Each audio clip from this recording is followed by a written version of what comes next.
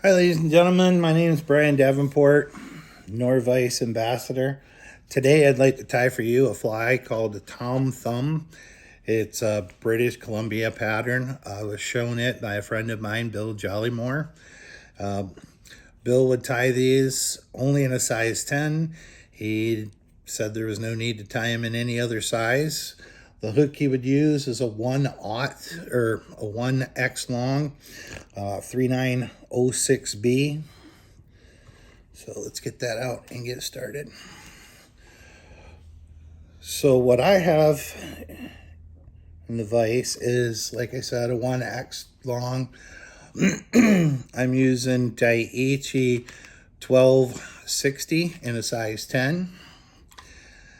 We're going to use Simplify black 8/0 thread. We'll go ahead and get that started. A couple eye lengths back so we don't crowd our eye. It's a very simple pattern.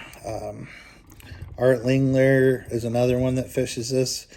Nobody knows who originally tied the fly, but it's a very, very popular fly in British Columbia. The wife and I have been using it here around Idaho, and it fishes just as well here. So we're going to cut off a little clump of hair. Coastal deer hair is what's recommended. I don't have any coastal deer hair, so I'm using all-purpose deer hair from Nature Spirit. I've cut off a little bit here, and we're going to comb out all the under fur and fluff.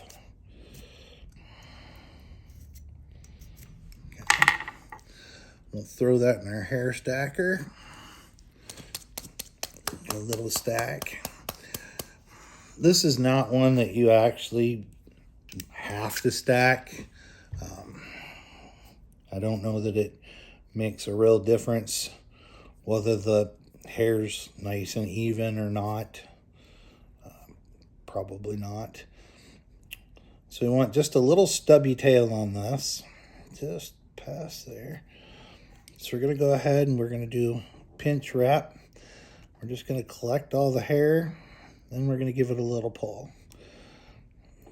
I'm going to slide my fingers up to where I can get most of that. I'm giving it a little bit of pressure, but not a lot.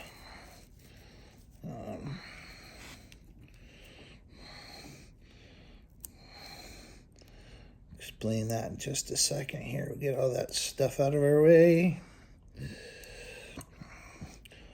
So when you go through and you clamp down on this deer hair, you're breaking it and closing off the cells. And what we want it to do is we want to use that floatability from this deer hair. Okay. Finish cleaning this up here.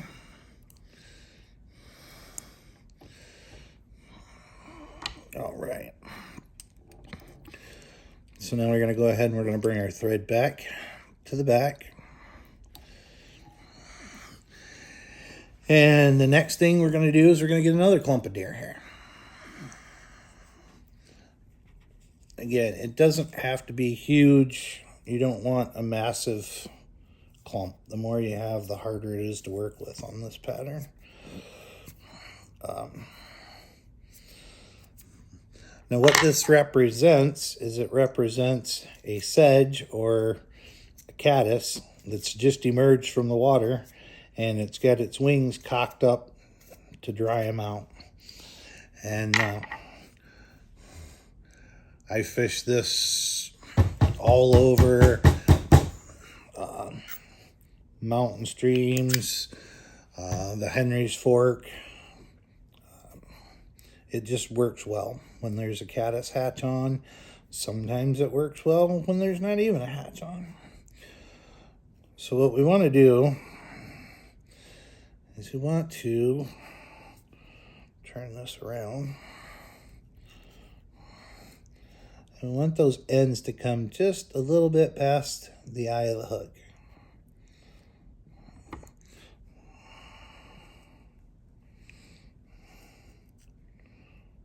Turn that back around.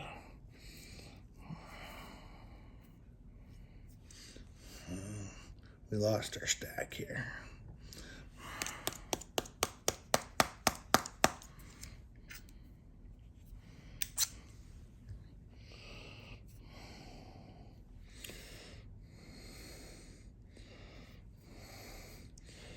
Bring it right here. That's about right.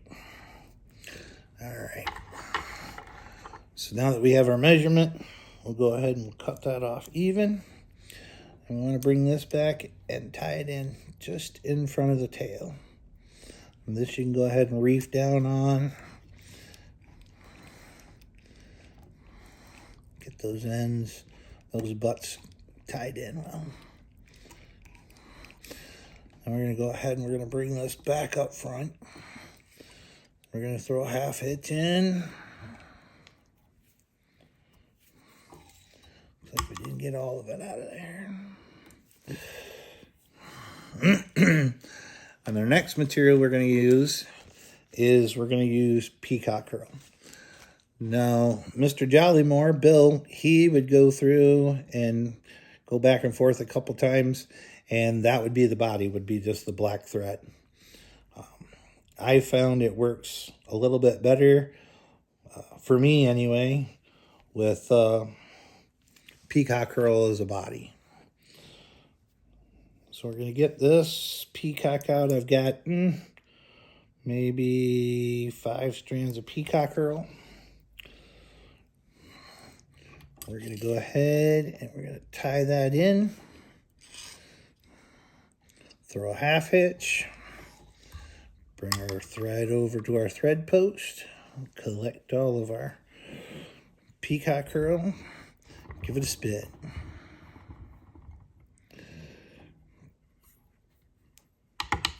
Okay. Pull this off. While holding our thread and our peacock herl, we're going to go ahead and we're going to bring that back to where our wing is tied in. And then just bring it back forward.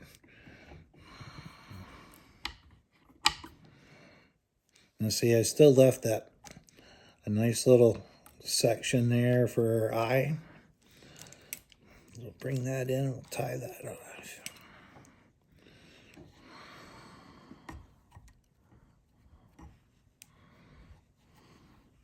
Quit fighting me. All right. Cut that peacock herl out of the way. Throw us a half hitch in there. Now, the only thing that's left to do is grab our wing. You notice we left our tail. We don't want to get our tail pulled forward. There's a couple.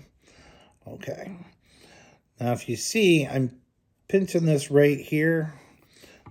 There's nothing underneath the bottom.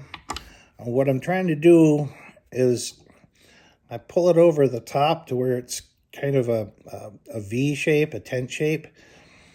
And what I'm trying to do is this, and then I'll just give it a little slack. And then I grab the rest. Couple collecting wraps. Pull her tight.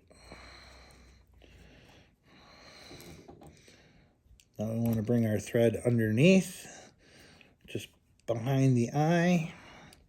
Build a little dam right here so that we can prop up our wing.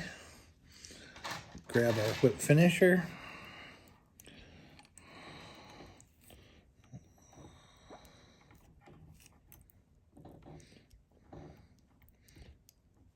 Four turns.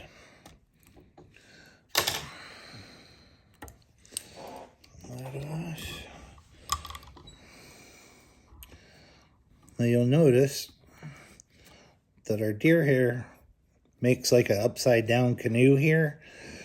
And what happens is the peacock herl, I mean, we all know peacock herl attracts trout.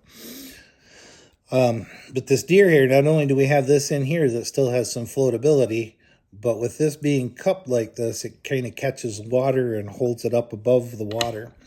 And this is just one of those flies that the more it's chewed on, the better the fish like it. There's really nothing to it. So there's no reason, if you lose one, it's not a big deal. But don't just cut it off because it starts to get chewed up. Just keep fishing it, and the fish will just keep going after it. Hope you like it. Tie some up and go out and give it a try. Thank you.